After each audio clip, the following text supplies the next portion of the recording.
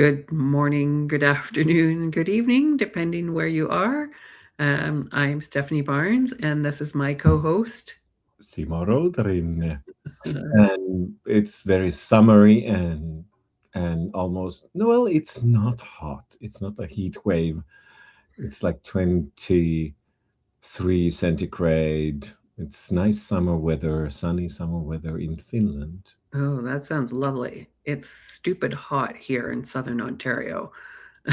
Um, it was 23 when I got up this morning, and with the humidity, it already felt like 28, and it's going up to 37, I think, today with the humidity. I'll be feel like it's in the 40s. So yeah, I'm staying inside in the air conditioning. I've gone out and done the things I already need to do outside. Um, so, but I thought today we might start with a guided visualization, just because I've been up since 5:30 and I need to take a breath. And so I thought maybe some of Simo, I thought you might like that, and I thought whoever has joined us might like that too. So yeah, so I'm going to start off with a guided visualization. So I invite you to get comfortable, to take a slow, deep breath, and close your eyes. Picture in your mind's eye a small and delicate flower floating gently inside your skull.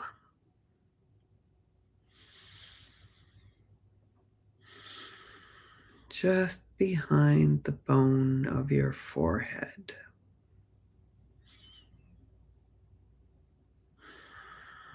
Notice the flower's color,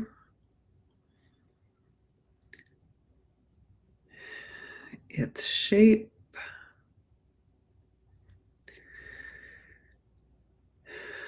the pattern of its petals. Let the flower drift slowly downward.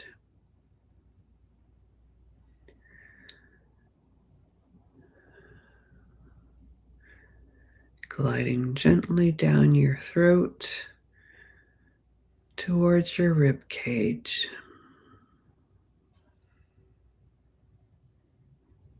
Drifting down and down between your lungs, downward, gently downward, coming to rest in the lowest place in your abdomen.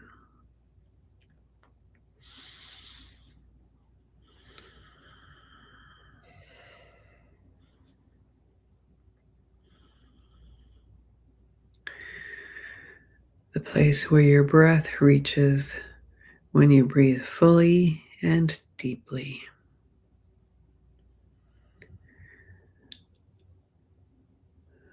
A quiet touch of color deep in the darkness of your abdomen. Hold the flower there. Hold it. Hold it. Now let it go. Let the flower vanish. But stay focused on the place where it was, deep down in the dark center of you. Focus on the darkness.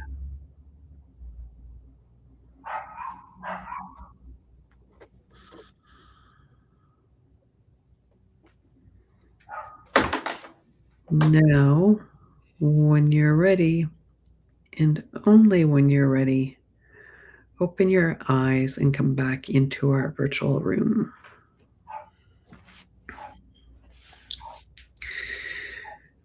Okay, that was a nice pause. I collect myself, ourselves. I don't think we do enough of that. Yeah. Yes, I do agree. We should do more. Yeah, it's yeah. Interesting how many things can happen in your mind while doing that. Yeah. My dog started barking outside. I had to close the door, but it actually didn't interrupt the flow. Oh, that's good. Just have to take care of that. Yeah.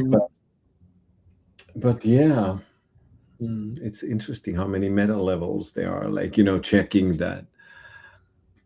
Oh, that's interesting that I imagined a flower so delicate and imagined it so carefully that it actually tickled my throat while it went there, and I almost had to cough. Oh, And interesting.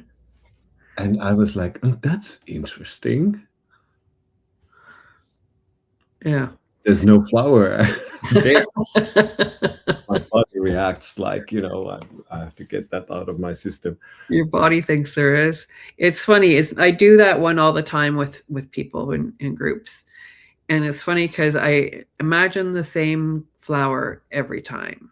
Oh, isn't that interesting? Yeah, it's a little purple flower with white stripes every time. So I don't know why it's that color, why it's that flower every time. Every time. And I have probably done that visualization hundreds of times at this point. So yeah, that's funny. And it's funny that I had one flower in my mind, but then I switched it to another. Mm, Ah. Oh, so many things yeah. Yeah. AI wouldn't do. No. No. No, AI can't have that experience. Um, can't do that. So yeah, it's one of the speakers at the Knowledge Summit Dublin talked a bit about making space, and it's a Japanese term called ba, and I'm not going to do it justice because but it's about making space for knowledge sharing and creation and this idea of space. It's yeah, it's like I say, it's not. I'm not going to do it justice. The proper definition, but that's what it's about is making space for reflection, for contemplation. Certainly, I think for me that's part of the knowledge creation and curiosity is taking that breath Mhm. to the what am I supposed to be doing now? What's the problem we're trying to solve? What tools might I need? Is this Yeah. a problem I could give to AI and make it easier for myself? Do I want to make it easier for myself? You know, there's stuff there's problems with that. And Well, I think what you're now talking about to me, I was just thinking of critical thinking. right. And, actually, I think we should need a new term, like deep thinking, or like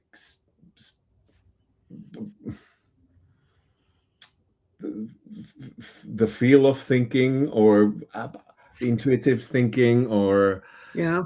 because it's like, I think we would benefit from thinking about thinking more now when AI is coming and has come already, because it's like it's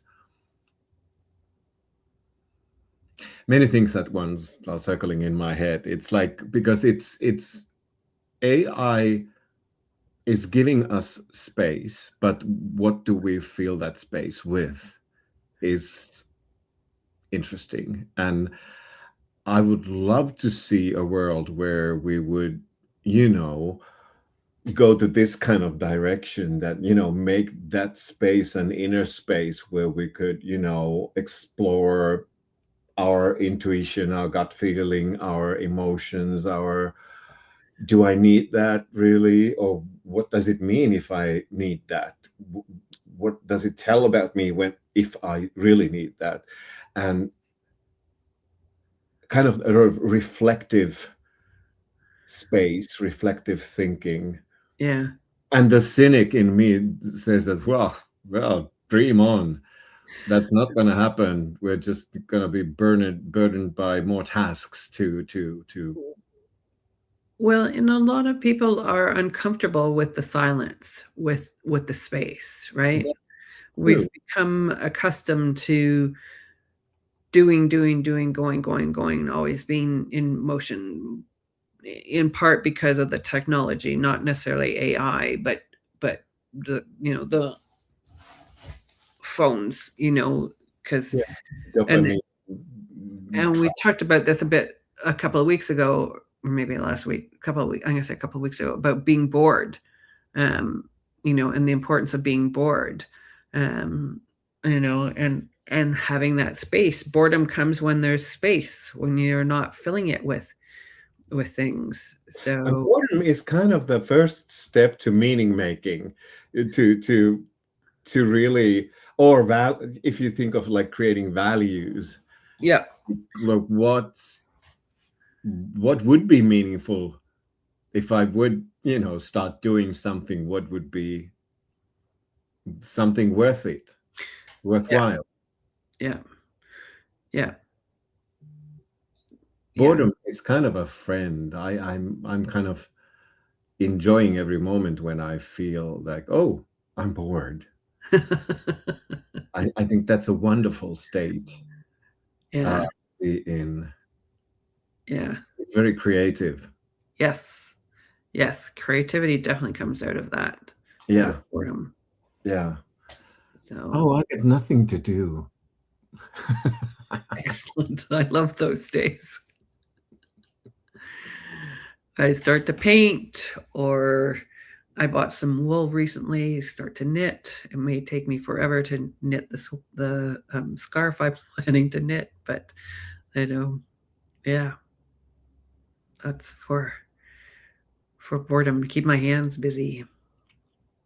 But it's very meditative. Yeah, So, I keep thinking I was like actually cleaning up my nightstand, night table, mhm. because we are rearranging our bedroom, and I found strange stuff inside, like decades old poems I have written as a young adult or teenager in my night drawer. Oh, I mean, why have they ended up there? Because I didn't kind of know they were there. And now I feel like I saved them. I didn't, relocate them. I saved them there. And there's a meaning to that. I must, take time and, read them through. I actually leafed through yeah, some of them. yeah. And I was mixed with having mixed feelings of compassion for the younger self and a little bit shame and like, oh my god, and it is really interesting. Yeah. And I have a small book, a notebook there to its title is nightly thoughts or Mm. something like that. Its meaning was that if I have trouble getting sleep and Oh, there's things circulating, it's like ideas coming, yeah. I would write them down, but I didn't remember I had it in my drawer. So that's about that. I don't know, Did you but I share your saved poems? them. Mm. Did you share your poems with anyone, with your wife or anything? Or just put them back in the drawer? No, no, no, not actually. No, no. We were kind of like we were busy doing stuff. We Okay. didn't have space for Okay. that. I felt that Yeah. there was no space for that. Yeah.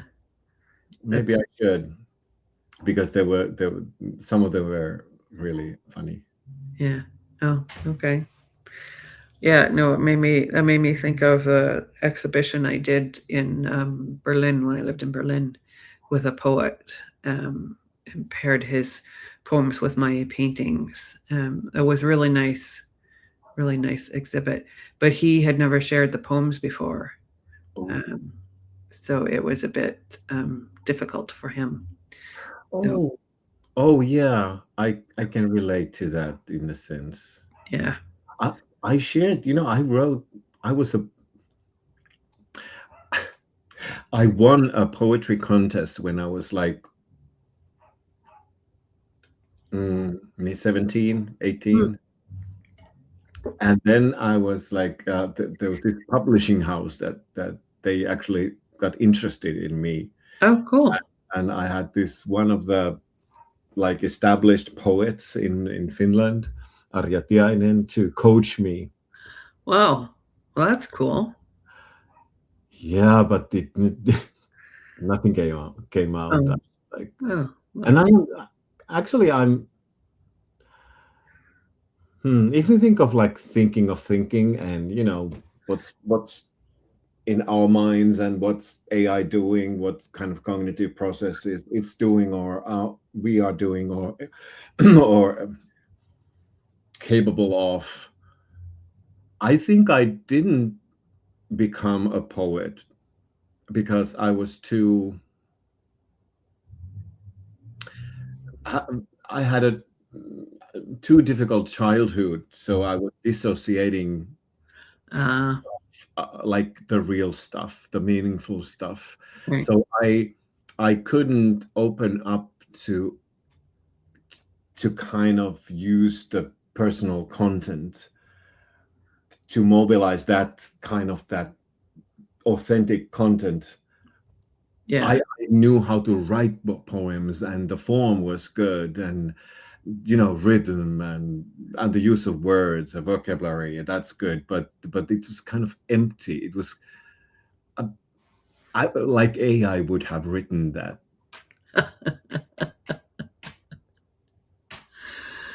Yeah. Yeah. So that's interesting. Nadia. I'm sorry if I Nadia. Nadia. Yeah. Yeah. Nadia and I talked yesterday. Nervous system of people. How are we changing? Well, if social media has already done stuff to our nervous system and we are worried about that, well, AI is not it's different. I think the worries that what it's doing to us is on a higher level, because not from notifications and the fear of missing out so much as the fear of our jobs going away, or fear of yeah. I think there's a lot of fear around it, concerns about privacy and that kind of Mm. stuff. So I see I now I have no research to back me up. I could, you know, I think I think we I think we will know in a decade or two. yeah, I'm not sure it'll take that long. I think I think there's some impacts with, and we were talking about this before we got started, the entry level jobs disappearing, and how are we going to learn how Be an the expert in the future. yeah, how are we gonna how what's the next generation of experts look like if they haven't got the first rung on the ladder, you know? But if one of the things that social media did is it hooked our brain on dopamine, Yeah, like short, like easy dopamine shots. yeah, AI is not exactly doing it the same way, but it's but in a way it is being very like polite, almost empowering in its way of speaking to us Yeah, yeah, usually. yeah. From that perspective, I think it's more insidious because it makes you think it's your friend, because of the politeness, because it's become like a human. Uh, Hmm. I'm forgetting the word I want to use. Anyway, it doesn't matter. But it's people date their AI bots and have whole relationships with them, and that concerns me. So I think there's a whole mental health thing that's happening there, and just technology in general. People seem to be unable to have the conversations that they need to have because they would rather talk to the AI or talk to the you know post crap on social media rather than have interactions with real people.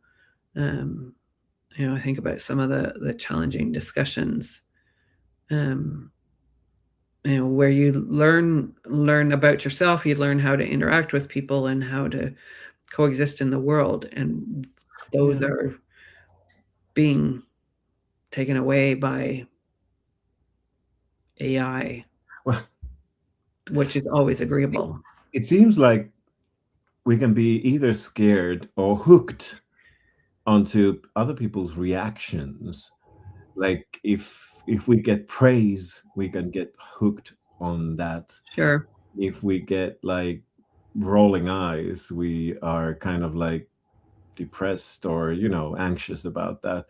So originally, like Facebook was hooking us with the thumbs up stuff Sure. and I, the likes, Yeah. and now AI is making us feel geniuses, even though we are not always that.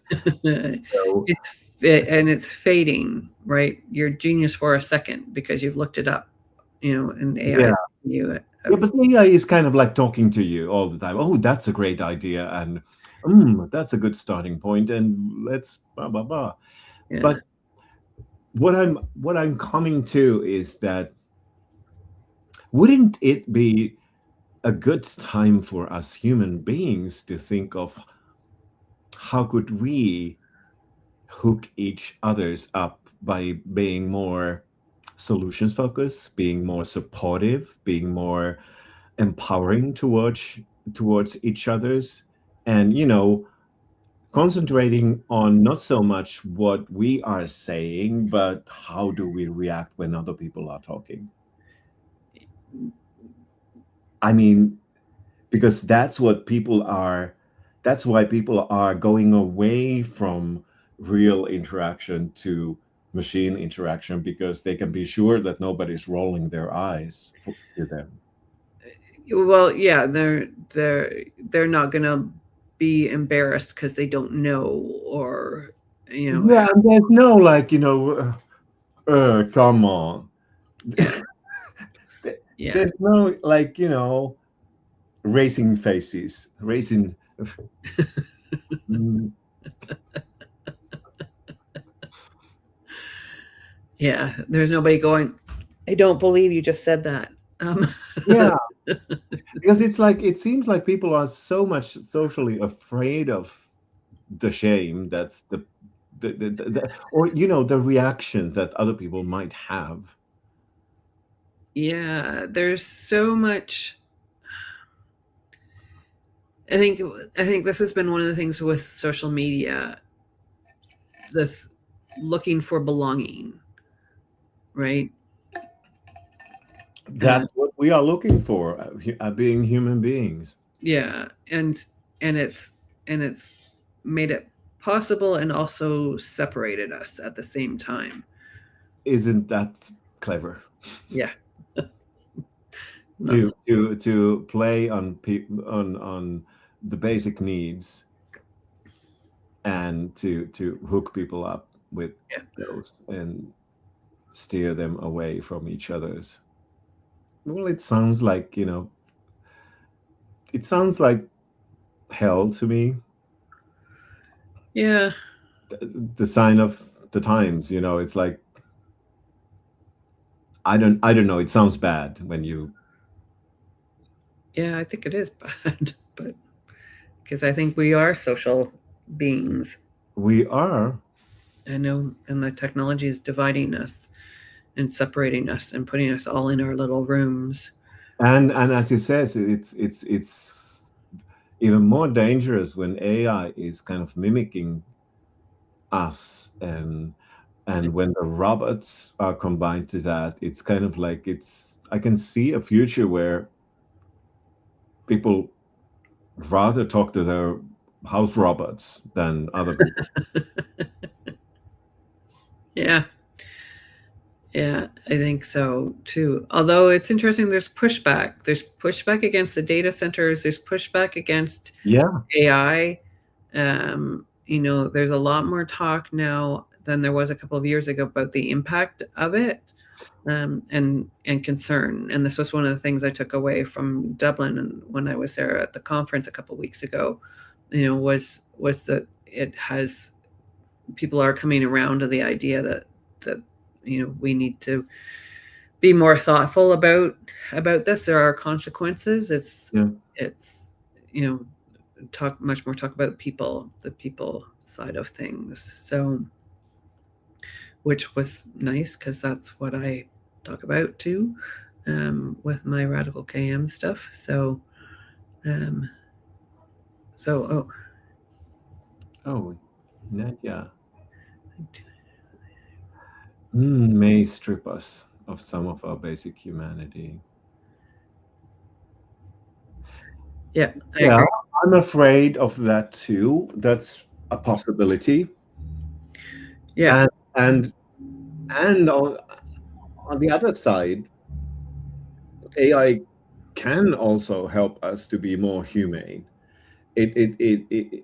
For example, if you receive an email, you have hard times to respond constructively, that you would like to write immediately, that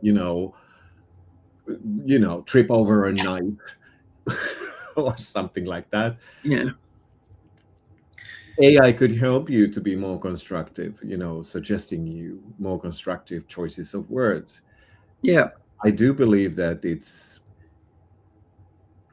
also, there are good possibilities there too, but yeah. But but I we, think it's important to be thoughtful about how yeah, we're using it, not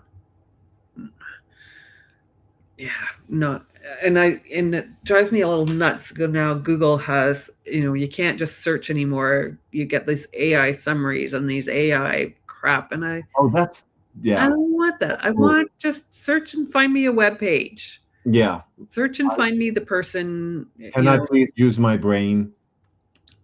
yeah, let me use my I don't want the article necessarily. I want to find the person doing the research in this Yeah. area. I don't want a summary of the research. I want the person, I don't want these stupid summaries all the time of crap. So, and I think people, advocate, sorry, not advocate, abdicate responsibility. They go, oh, well, I asked AI.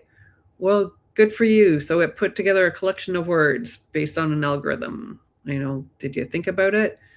Um, I like Nadia's idea of a governance framework, yeah, and I was thinking something along those lines at this right now, is like we, because it all depends on, are we using AI to thrive or survive, as we have in the season, the season one, we were talking about that, amongst other things. So it comes back to us humans, like what are we trying to do? What are we want do we want to grow as human beings, or do we just want to stay as we are and survive the shit? Like Yeah. that's that affects how we use AI, that attitude. So we should grow as humans to be able to use AI in a good way, in a way that makes us thrive. Yeah. And I think a lot of people doubt themselves though, and think that well, you know, and I know this has come up before, the AI said it, or, I found this search result. It must be true. I read it in the newspaper. It must be true. Or I read it online. It must be true. There's been so many things in the last couple of weeks that I mean, the world is so crazy at this point. I was going to use some other words, but I'll just say Okay, crazy. okay. Since you mentioned the word crazy, I'm thinking of this study. Use your imagination. What words I might have used, but that the world is so crazy that there's been a couple of 2 or 3 things that I have seen get shared that are supposedly come from newspapers, or press releases, and then I go and do a search on them, and they're totally fictitious. Somebody's made it up because they thought it was funny. At least one of them had come from a comedian, but it had been shared as if it was fact from a newspaper, a news outlet. And so I was like, I can't believe I would have anything. a question for anything that's watching or listening, is that, have you ever given a task for AI and it produces you an email or a posting or a piece of text, and you just publish it without checking it? Have you done that? No, I mean, because anyone who's listening, have you? I have never done that either. people have. People have. Lawyers have in court cases and have gotten into trouble with the judge because they've cited incorrect precedents, the Ah, cases that didn't exist. ah, So yeah, people do. I don't. They Yeah, this is what I mean. They abdicate responsibility. They turn it over to the yeah, yeah. AI. It's like, use your brains for a second, people. Because there's always something that's a bit off. The deeper the expertise is, like there's always something that you need to check. There's always something. Yeah. And even though the basic, I'm not, some say that, oh yeah, AI, they promised us a big change is coming because of AI, but where is that change? I spent more hours in my week to fix what AI did than use what it produced. But in my experience, it helps more than I have. I don't have to fix AI stuff more than it helps me.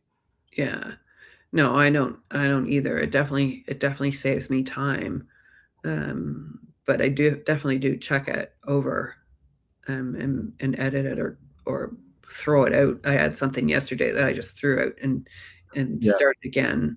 yeah. Uh, I have most of the times I work with AI. The first draft is something that's total bull. yeah. Yeah. Then you had this prompt again, and okay, yeah, and you had to understand why it was bull, what was wrong with the prompt, or what information is missing, or what information is totally wrong, and blah blah blah. Yeah. So Yeah. Yeah. Yeah. You got to pay attention to these things. You can't just go, okay, that's done. Treat it like it's kind of, it always looks good. I mean, it it looks does. clean. And sometimes it even sounds good if you don't Yeah, think about it too hard, until you go, no, that's not quite right. yeah. But if you just kind of read it and go, oh yeah, those words make sense, Mm. Then And if, for example, I'm doing facilitation, so one part of my work, so I've asked AI to do a workshop, a plan work for a workshop, yeah. and like invent new exercises based on a theme that the client needs, and they are usually quite awkward. They are they are they are impossible what the AI is suggesting, but like 1 out of 5, it actually manages to invent something that's usable. If you add something to it, it might work actually quite well. Yeah. Yeah, I was gonna say the ones that don't work even, is there something salvageable out of them? Is there something that you can take and go, "Oh, well, Yeah, the whole thing doesn't work, but that's a good idea. yeah. I'm It gives gonna you take it," ideas. you It know? doesn't give you a finished product, but it gives you ideas to craft one yourself with the assistance of it. Yeah. Yeah, yeah, and if AI has written something.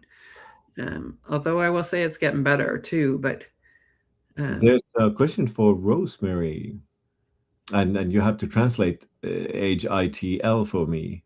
yeah, I don't know what HITL is. Oh my God, Rosemary, help us. We don't know what HITL is.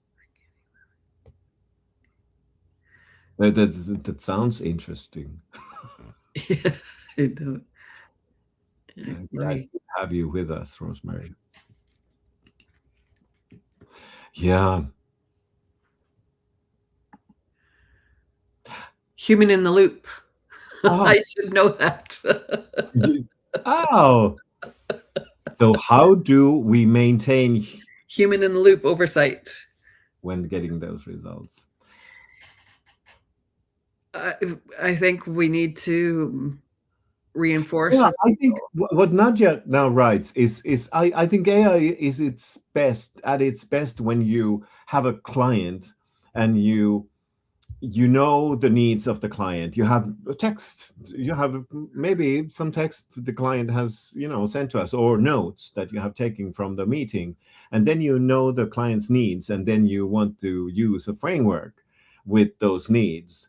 Yeah, AI is good to connect the dots. Yeah, Yeah, but you have to watch it too. it was not bad. A good starting point. Yes, Nadia, I Yeah, I do agree. you have to watch it. Because I have a framework in my Radical KM stuff, and it assigned different meanings to the letters in the framework. So I shortened it to Magic SH, and then it changed the meaning of some of the letters, even though it had the original article and the meanings that I had. Well, yeah, it does that. It does that. Yeah, because it's an algorithm. Because it's Yeah. an algorithm. So yeah. And it made a stupid mistake also, because I'm working now with a new company called Alma Novia, Mhm. and Claude persistently calls it Almanova Oh, without an I. And I'm like, please correct that. Remember that. Remember the correction. And it doesn't remember that. yeah. Oh, Kari is asking, like, do you publish your raw thoughts? Those may be a result of your own limited language model. Liminal, limitless. Languages do change when we feel more, since feeling feeds action. Yeah. I like that. I did a workshop for university lecturers where it was about teaching with video, like how to make videos that are for the students, Right. that are good in many splendid ways. And actually, one of the things that I recommended them was, they were university lecturers and experts of their field. I said, please make a video with a theme that you don't prepare at all. just think out loud Yeah. and send it to your students so they can see how a mind of the expert works when given a theme. Yeah. And they were really, really actually excited about the idea. I hope they tried it. That's interesting. uh, Oh, Rosemary, I have, yeah, I have never sent anything like unread or unedited at all. No, unedited, yes, but I have checked it. yeah. Yeah. But yeah, I think it's safer to check because sometimes Yeah. it does It does weird things. it could do that. Yeah. Yeah. It- Yeah. yeah. Yeah, it does that too. Yeah. Yeah. It It doesn't have the judgment, the context. So it gets lost. So lost in the maze. yeah. So how do we encourage people to be more thoughtful in their use of AI? How can we encourage people to be thoughtful even without AI? Without AI. Yeah, like I am thinking like just walk away. And it's interesting because I keep getting emails from Claude about the Fable, the and they've extended the trial, whatever. And I haven't used it. I don't feel like I have anything complicated enough to use it for. Uh, Well, I have used it just for ordinary stuff. okay. I'm like, it's like, well, well, for example, we have guests coming and next weekend, and I asked the famous Fable 5 to write me a menu for the weekend for 6 adults and 3 kids and blah blah blah. Yeah. And it did a good job. Did it give you a better answer than if you'd used one of the other models? I don't know, I didn't compare. Okay.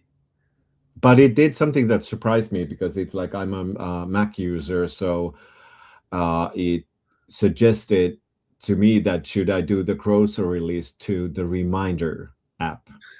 Oh, So oh, I can kind of like check boxes when I have bought something. I can kind of like check, take it away from the list. Check, check. yeah. And I didn't think of that myself, but it's Okay.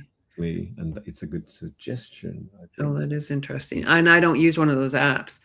I have been. This was in Berlin. I would get behind during the pandemic, um, and get behind people in the grocery store that are using one of those apps, and they clearly don't know where anything is in the grocery store. They're more paying attention more to the app than what aisle they were walking down or where they were going.